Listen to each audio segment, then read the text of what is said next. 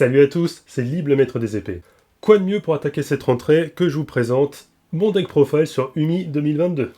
Alors pour résumer, le deck il est très fort quand il va commencer premier, donc on va orienter tout notre main deck sur du Go First. Donc évidemment il est composé de pas mal de cartes Umi. Je vais passer rapidement sur les effets de ces cartes là, notamment les combos qui sont un peu plus compliqués à prendre en main. Je vous invite à aller regarder la vidéo que j'ai faite sur Umi qui date déjà d'il y a bien plus de 6 mois, où je présente l'archétype avec les différents combos et les effets de toutes les cartes. Je vais passer vraiment que très rapidement sur les cartes Umi.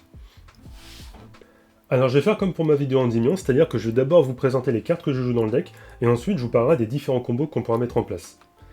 Donc c'est parti, on commence avec la partie monstre. Alors évidemment, comment on va jouer des cartes Umi, on va bien sûr jouer la Méduse électrique en x3. La Méduse électrique, c'est vraiment le starter du deck. Ça permet de spé un monstre haut depuis la main en envoyant un Umi depuis notre deck au cimetière. Et en plus de ça, quand il y a Umi sur le terrain, elle peut negate un effet de magie ou un effet de monstre. Donc la carte, elle est excellente.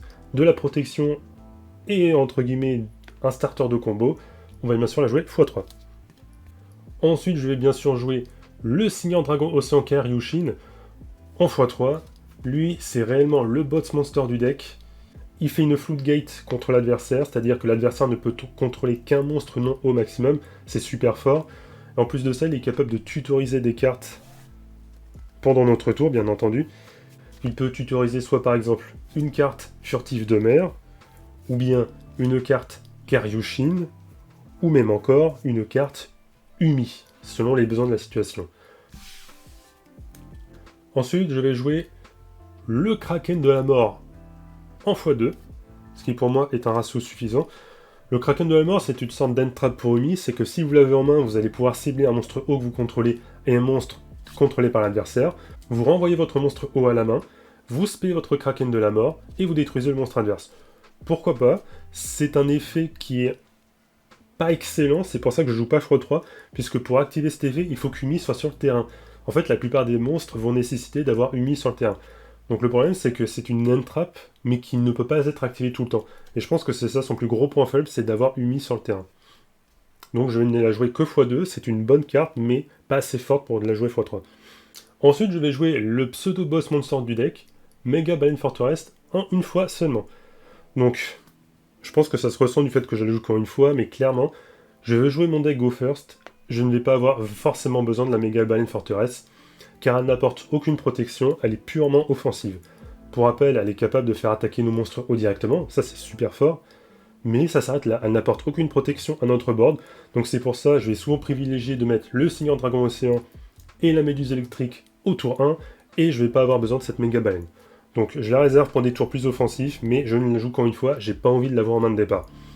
Également la carte, on sait qu'elle est capable de tutoriser les pêcheurs légendaires, mais j'ai fait le choix de les écarter du deck, pour la même raison, c'est que les pêcheurs légendaires, en fait, ils bannissent tous les monstres contrôlés par l'adversaire, mais étant donné que je vais orienter mon deck sur du Go First, bah forcément, au tour 1, il n'y aura pas de monstre adverse à bannir. Donc je les ai écartés de mon deck, ça me fait des briques en moins, c'est toujours ça de prix, mais je les ai définitivement écartés, à voir s'il y a des versions Go Second de ce deck, mais vu les effets, je suis pas sûr qu'une version Go Second de Umi soit vraiment forte. Ensuite, je vais jouer une Servante de l'Aqua. Donc c'est une vieille carte, son effet il est très simple, c'est que quand elle est face recto sur le terrain est traité comme Umi, et du coup c'est super utile puisque nos monstres ont besoin d'avoir Umi sur le terrain pour être forts, et vous allez voir qu'elle est au centre d'un combo avec la carte piège Karyushin, mais je reviendrai dessus tout à l'heure. Donc là on est vraiment sur la base des monstres Umi. Maintenant je vais jouer d'autres monstres bien entendu. Je vais jouer une engine requin qui se compose de 3 requins des abysses, et d'un requin de cristal. Donc, c'est très simple. Le requin des abysses, si vous contrôlez un monstre haut, vous pouvez le spé depuis votre main. Et si vous le faites, vous pouvez ajouter à votre main le requin de cristal, qui lui, vous pouvez le spé également si vous contrôlez un monstre haut. Donc grosso modo, ces deux monstres sont des spés gratuites. Ils sont de niveau 5, donc ça nous donne accès à des X6 de rang 5, qui sont quand même pas dégueux, comme par exemple le Chevalier Nash, je reviendrai dessus tout à l'heure. Mais vous allez voir que en jouant avec la carte Océan Légendaire, il y a moyen de faire encore d'autres trucs. J'en reviendrai dessus tout à l'heure. Je vais jouer également des extenders, donc on va jouer 2 orties de mer silencieuses, Donc j'en joue 2 parce que j'en ai pas 3. Sinon j'en ai un mis 3 je pense. C'est un petit peu comme les requins, c'est grosso modo, si vous contrôlez un monstre haut, vous allez pouvoir la spé directement sur votre terrain. Elle est de niveau 4, donc c'est utile pour faire des exercices de rang 4, forcément. Du coup, à la place de la troisième ortie, je vais jouer un chevalier de glace. Donc le chevalier de glace, concrètement, c'est un peu moins bien qu'une ortie, mais il a un effet qui peut peut-être vous sauver la mise. Grosso modo, quand vous l'avez invoqué sur le terrain, vous pouvez activer son effet et faire une extra invocation normale. Donc par exemple, si vous avez un Seigneur Dragon Océan Karyushin, vous pouvez très bien sacrifier votre chevalier de glace et invoquer votre Karyushin qui est de niveau 5. Mais concrètement, c'est pas un combo très opti, puisqu'il suffit de se faire negate le chevalier de glace, et là vous êtes mort quoi. Donc si vous avez 3 orties, mettez 3 orties, je pense que ça vaut mieux. Donc là concrètement, c'est tous les monstres hauts que je joue, on va jouer DN Trap. Donc en main deck, j'ai fait le choix de jouer 3 beautés fantômes et manoirs hantés. Donc on va pas se mentir que vous pouvez très bien jouer autre chose, comme des floraisons de cendres, des illusionnistes ou je ne sais quoi. La carte elle est très forte en ce moment, je trouve, notamment contre Tiermentation, marquer des spires, etc. Vous pouvez très bien jouer d'autres end-trap que celle-là, voire même peut-être mettre un peu plus de end-trap. Par contre, honnêtement, je vous conseille pas de mettre plus de 5 end-trap dans son deck. Le deck, il n'est pas extrêmement stable, c'est pas un deck qui est méta, il faut dire ce qui est. Donc, si vous jouez trop de cartes end-trap ou des staples, vous pouvez ne pas réussir à faire votre premier board. Donc, ça peut être risqué de jouer trop de cartes qui ne startent pas vos combos. Donc moi, pour le coup, je me suis basé sur 3 end-trap, et je pense que c'est le meilleur ratio, concrètement. Donc voilà, là c'était la partie monstre, on passe tout de suite maintenant à la partie magique et piège. Alors pour commencer cette partie magique et piège, on va bien sûr jouer la fameuse carte Sonar de Poisson. Donc cette carte là, je vais bien sûr la jouer en x3, c'est une carte qui permet de tutoriser toutes les cartes monstres Umi. Donc elle est indispensable dans le deck, donc x3 forcément. En plus, elle a un autre effet, c'est que si vous contrôlez déjà Umi sur le terrain, vous allez pouvoir spé directement depuis votre deck un monstre normal haut. Alors le fait de spé depuis le deck c'est très fort, ça peut nous donner par exemple accès au Justician Ragard qui est un synthoniseur normal d'attribut haut. Donc je ne l'ai pas présenté dans les monstres parce que c'est une carte que j'hésite encore à jouer, mais vous allez voir qu'elle est au centre d'un combo pour faire des synchros, voire même d'invoquer la baronne de fleurs. Mais je reviendrai dessus en fin de vidéo, c'est vraiment un combo très particulier à mettre en place, et en plus, c'est possible qu'on ne puisse pas jouer baronne de fleurs. Donc c'est pour ça que je le mets vraiment entre parenthèses quoi. Ensuite, je vais jouer la magie continue, attaque furtive de mer 2. Donc cette carte-là, je vais la jouer x2. Je vais pas la jouer x3 parce que je peux la tutoriser avec mon Karyushin. Donc concrètement, l'avoir x3, c'est pas nécessaire. x1, c'est peut-être pas assez, puisque quand même, on risque d'en avoir besoin. Pour rappel, la carte, elle protège vos monstres hauts du ciblage des effets de monstres non hauts. Donc c'est une petite protection. Et au début de chaque battle, vous pouvez spare un monstre haut depuis votre main ou cimetière qui liste Umi. Donc ça, j'en ai parlé beaucoup sur ma vidéo sur Umi, je vais pas trop m'attarder là-dessus. Je vais jouer une Fureur de Karyushin. Donc cette carte permet de tutoriser l'hommage torrentiel, et quand elle est dans le cimetière, vous pouvez la bannir pour protéger de la destruction vos monstres. Concrètement, ce qui se passe, c'est que lorsque vous allez chercher votre hommage torrentiel, vous le posez, vous l'activez, et avec cette carte, vous protégez vos monstres de l'hommage torrentiel. Le problème, c'est que votre adversaire, du coup, sait que vous avez posé l'hommage torrentiel, donc ça risque d'être un petit peu moins surprenant. La carte, je la joue qu'en une fois, parce qu'honnêtement, au début, je la jouais en 2 fois, mais je me suis retrouvé avec, par exemple, une fureur en main et un hommage torrentiel en main de départ, donc là, vraiment, c'est pas ouf du tout. Surtout que la carte, elle reste assez limitée. Vous pouvez juste répondre à une invocation, donc ça reste une marge assez serrée. Donc je trouve qu'en une fois, c'est suffisant. Je vais bien sûr jouer la meilleure carte de terrain Umi à jouer pour ce deck, à savoir Océan Légendaire. Donc pour rappel, Océan Légendaire, en plus de booster vos monstres hauts, diminue leur niveau de 1. Donc ça permet d'invoquer sans sacrifice, par exemple, votre Karyushin qui est de niveau 5, donc ce n'est pas à négliger. Et en plus de ça, ça vous donne accès à des exercices de rang 4 pour votre engine requin. Je reviendrai dessus tout à l'heure. Donc évidemment, on va jouer 3 océans légendaires. Je vais jouer une terraformation avec, la classique. Alors j'ai vu des gens jouer, je crois qu'il s'appelle le guerrier des profondeurs, de l'Atlantide, je sais plus. C'est un monstre que vous pouvez défausser depuis votre main pour ajouter un océan légendaire. Mais là je suis en train de me dire, est-ce que c'est pas un petit peu trop quand même de jouer autant de cartes pour aller tutoriser cette carte? Moi je trouve que si, honnêtement, et j'ai envie d'avoir d'autres monstres que le guerrier de l'Atlantide. Ensuite, je vais jouer une nouvelle carte qui est sortie dans Pouvoir des éléments et qui, je trouve, marche très bien dans le deck. c'est la Murène d'Avarice. Donc entre guillemets, cette carte, je vais la jouer x2. C'est mon moteur de pioche, c'est un petit peu le rework de la Murène de Cupidité.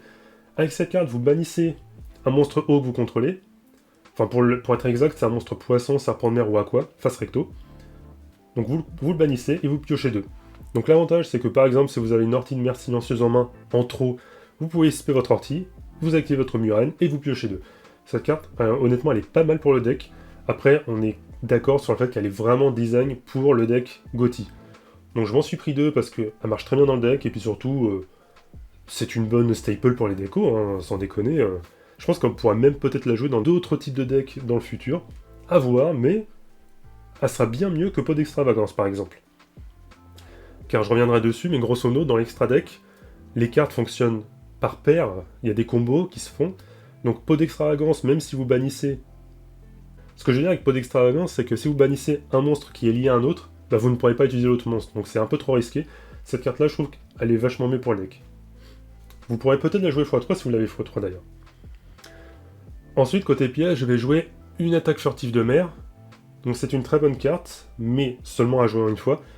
Elle vous permet d'activer Umi depuis votre cimetière, donc utile pour surprendre l'adversaire, et elle protège vos magies pièges face recto sur le terrain.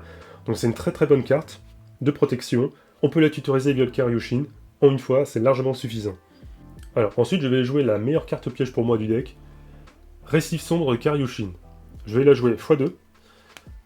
Elle est tutorisable par le Karyushin. C'est une carte qui s'active en envoyant un Umi depuis votre terrain au cimetière, et elle vous permet déjà de spé 2 monstres hauts qui listent Umi dans leur texte, donc déjà c'est très fort comme effet, et vous allez voir qu'il y a des combos vraiment sales à faire, et en plus de ça, vous pouvez spé ensuite autant de monstres hauts normaux que vous voulez.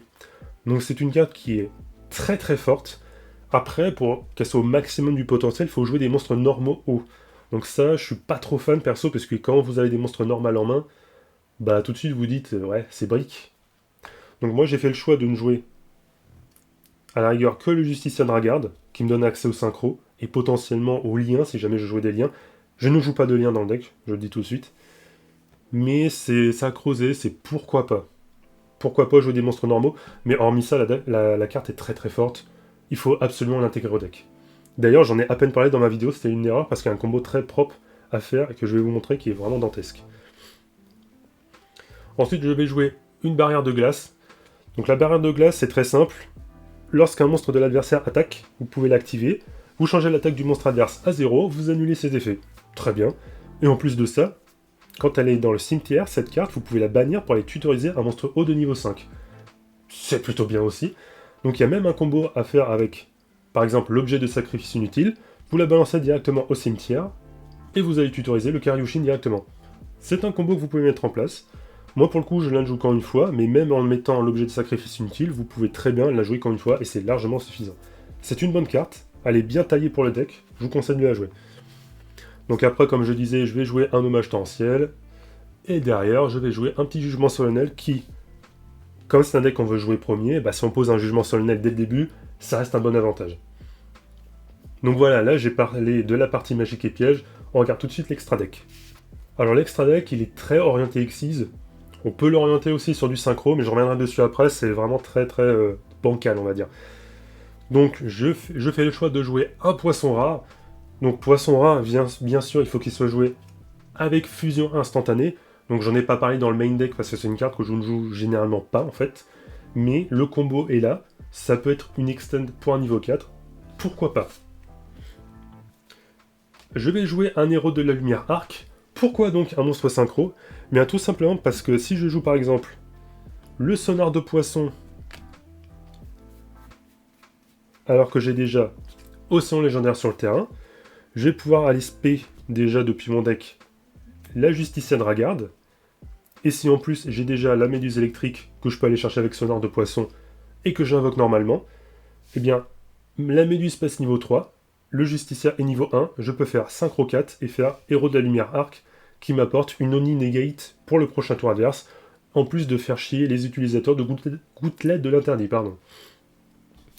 Donc c'est un combo que j'ai réussi à jouer une fois, mais honnêtement, on le sort pas tout le temps, c'est pour ça d'ailleurs n'en jouer qu'un est largement suffisant. Et je parlerai du combo pour invoquer la baronne de fleurs tout à l'heure. Mais il faut savoir que c'est basé justement sur cette stratégie-là, on va juste changer de carte de terrain. Alors, Ensuite, je vais jouer dans les Xyz le Chevalier Nash. Donc c'est un monstre X6 de rang 5 que vous pouvez faire très facilement avec l'Engine Requin. Le monstre, il est très utile puisqu'il est capable de piquer un monstre de l'adversaire et de se l'attacher comme matériel. Ça ne cible pas, c'est très très fort. Par contre, il faut que le monstre adverse soit déjà sur le terrain, à noter. Alors je vais jouer ensuite le Chevalier Nash CX6 que je peux faire par-dessus le Chevalier Nash.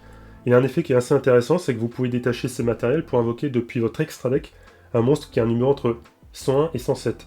Donc ça vous donne quand même beaucoup de possibilités, ce qui vous permet par exemple d'invoquer le numéro 101 Honneur Silencieux Arche, mais c'est pas lui qu'on va invoquer, je vous explique pourquoi, car pour faire l'effet du Chevalier Nash, il vous faut attacher depuis votre extra deck un numéro 101. Donc la carte va ne servir qu'à ça finalement, mais à la place, on va pouvoir invoquer le numéro C101 Honneur Silencieux qui lui est capable aussi de piquer des monstres.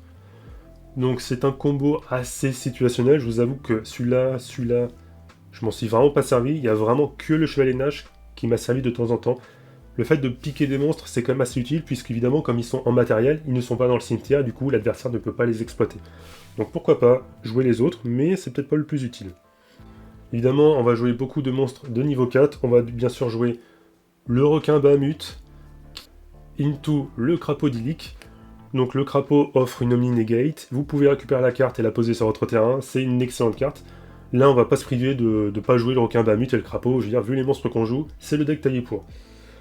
Ensuite, je vais jouer le numéro 4 Kraken Furtif, donc pareil, un X6 en 4. Je vais le jouer en 2 fois et il faut le jouer avec son compère, le Fry Kraken Furtif, que je vais jouer en 2 fois. Alors très rapidement, le numéro 4, il change tous les monstres adverses en attribut haut, et en effet rapide, il peut péter un monstre haut, et burn en plus des dégâts. Le Fry Kraken, il apparaît quand le Kraken Furtif est détruit. Donc lui, c'est un peu pareil, sauf qu'il ne change pas les monstres adverses en attribut haut, mais il peut péter en effet rapide des monstres hauts. Donc la technique, en fait, ça serait d'avoir celui-là qui soit détruit, d'invoquer les deux, et au tour suivant de repartir, par exemple, sur un Kraken, pourquoi pas. Ou vous pouvez faire, par exemple, une Xyz pour partir sur F0 Draco Utopique. Je ne l'ai pas dans ce deck, donc je ne le joue pas. Après, pour rester dans la veine des duelistes légendaires, je vais jouer numéro 106 Main de Géant, pourquoi pas, mais bon, comme c'est pas un monstre haut, bah, je vous avoue, je l'ai pas joué souvent. Et je pars bien sûr sur une des meilleures cartes, certainement, le Résident des Abysses, d'attribut haut. Pour rappel, vous détachez un matériel, votre adversaire ne peut activer aucun effet dans son cimetière. La carte, elle est super forte, surtout en ce moment, donc vraiment, c'est un must-have, cette carte-là. Je pense qu'on est tous d'accord là-dessus. Donc voilà, c'était pour l'extra deck, maintenant on va parler de quelques combos que l'on peut mettre en place. Le combo pour faire la baronne de fleurs. Il n'est pas évident à mettre en place, vous pourrez peut-être pas le faire à tous les duels, mais je trouve ça intéressant quand même de vous le montrer. Alors pour faire cette baronne de fleurs, il va nous falloir le sonar de poisson, une carte de terrain, les Muriel à site oublié qu'on va jouer à la place d'Océan Légendaire. Donc c'est peut-être un peu moins petit, mais je vous explique son effet après. On va devoir jouer dans notre deck Justicier Dragarde, et c'est tout. Donc le combo il est très simple, vous activez depuis votre main les Muriel à site oublié, donc le terrain est traité comme ennemi. Vous activez ensuite votre sonar de poisson, vous allez spé le Justicier Dragarde, et vous pourrez par exemple aller chercher la Méduse électrique. Une fois que c'est fait, vous invoquez votre Méduse électrique. Alors ensuite, vous activez l'effet de votre Lémuria à la cité oubliée. Elle augmente de 1 niveau le niveau de tous vos monstres hauts pour chaque monstre haut que vous contrôlez. Donc par exemple, là, j'ai un Justicier Dragarde et une Méduse, ça me fait 2 monstres hauts. La Méduse passe niveau 6, le Justicier passe niveau 4. Tout simplement synchro 10. Et bien sûr, je n'ai pas la borne de fleurs, donc on va se consoler avec une carte de Rosemary, pour ceux qui connaissent. Et là, vous faites la borne de fleurs. C'est un combo qui est assez intéressant à faire, il n'est pas très difficile à faire, il faut juste avoir le sonar de poisson obligatoirement en main et de préférence une terraformation ou la carte de terrain directement. Ce combo n'est pas locké en attribut haut, donc c'est pour ça qu'on peut l'invoquer. Après, évidemment, il faut quand même avoir ces 2 cartes obligatoirement, donc ce n'est pas évident à sortir à tous les duels, mais c'est une possibilité. Ensuite, le combo pour péter le board adverse durant son tour. Alors pour faire ce combo, il faut vraiment que vous soyez en mauvaise posture. Ça va nécessiter de jouer avec le Récipient de Karyushin. Alors déjà, il vous faut obligatoirement une carte Umi active sur le terrain. Donc effectivement, si vous n'avez plus d'Umi sur le terrain, bah c'est dommage, vous avez perdu. Donc grosso modo, imaginez que vous avez perdu tous vos monstres, et votre adversaire est en train de faire son board. Attendez le meilleur moment, c'est-à-dire juste avant qu'il sorte ses plus gros monstres, pour éviter des potentiels negates de magie piège par exemple. Vous activez votre récif sombre de Karyushin, vous envoyez attaque furtive de mer 2 au cimetière. Vous n'avez plus de carte Umi. Eh bien, il vous suffira du coup d'invoquer le Seigneur Dragon Océan Karyushin. Il a un effet Floodgate, mais il n'y a pas d'Umi. Mais grâce au récif, vous invoquez aussi la Servante de l'Aqua qui traite le terrain comme Umi. Donc en ayant fait cette double invocation, la piège est résolue, vous avez un Umi sur le terrain et vous avez la Floodgate du Karyushin. Et votre adversaire est par conséquent obligé de virer tous ses monstres jusqu'à n'en contrôler qu'un seul. Donc vraiment, cette piège elle est très forte puisque si votre adversaire ne s'y attend pas, il ne pourra rien chaîner à cet effet. Le récif sombre, bien sûr, il peut chaîner, mais si le récif se résout sans réponse de l'adversaire, l'effet de Floodgate du Karyushin ne se déclare pas. Dès qu'il arrive sur le terrain, votre adversaire ne peut pas chaîner d'illusionniste par exemple sur le Karyushin, rien du tout, il est obligé de virer ses monstres. Donc c'est un effet qui est très fort, ça surprend l'adversaire et ça dégage beaucoup de menaces. Alors bien sûr, après derrière, il pourra passer en battle phase et vous péter par exemple votre Karyushin. Donc c'est pour ça qu'il faut espérer quand même que vous ayez quelques ressources en main, mais cet effet est vraiment très très fort. Donc voilà, j'ai fini de vous présenter le deck que j'ai fait, je vous ai montré quelques petits combos sympas à mettre en place.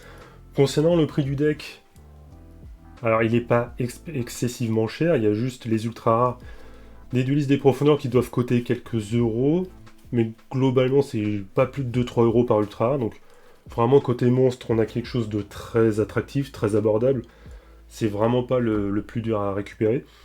Côté magie, il y a le sonar de poisson qui a dû diminuer un peu en cote je pense, mais comme elle est short print, il n'y en a pas énormément qui sont sortis. De mémoire à côté 10 euros, à voir, je mettrai à jour sur la vidéo à combien elle cote. Donc effectivement il vous faut vraiment cette carte x3, elle est vraiment trop puissante pour passer à côté. Les attaques furtives de mer, ça ne vaut rien. Il y a aussi un légendaire qui peut être un peu chiant à récupérer, mais ça vaut quelques centimes, pas plus. L'Urène d'Avarice, l'ultra rare de pouvoir des éléments. Comptez quelques euros aussi, mais côté magie, du coup, hormis sonar de poisson, ça va. Côté piège, rien à signaler. Toutes les cartes valent peut-être le jugement solennel qui vaut quelques euros, mais sinon rien à signaler, vraiment, ça vaut moins d'1 euro à chaque fois. Et enfin, côté extra deck, on a le Crapodilic qui vaut 30 balles aujourd'hui à cause de la sortie de Sprite. Par chance, je l'avais déjà avant, donc bien content de l'avoir choupé avant. Et hormis ça, il n'y a rien d'alarmant en termes de prix. Résident des Abysses, je sais pas combien il vaut aujourd'hui, ça fait un moment qu'il n'a pas été réédité. Je mettrai à jour sur la vidéo à la rigueur. Alors, je joue des Xyz, donc certains vont certainement me dire pourquoi je ne joue pas de Zeus. Eh bien tout simplement parce que le deck est très souvent loqué en attribut haut sur les invocations. Surtout par exemple quand vous faites l'engine requin, donc jouer une Xyz comme Zeus, bah, c'est pas forcément utile puisque je vais même pas pouvoir la sortir au premier tour. Donc j'ai fait le choix de ne pas la jouer. Voilà, c'est la fin de cette vidéo.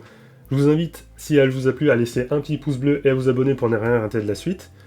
J'espère que vous prendrez autant de plaisir que moi à jouer ce deck qui est franchement très sympa à jouer.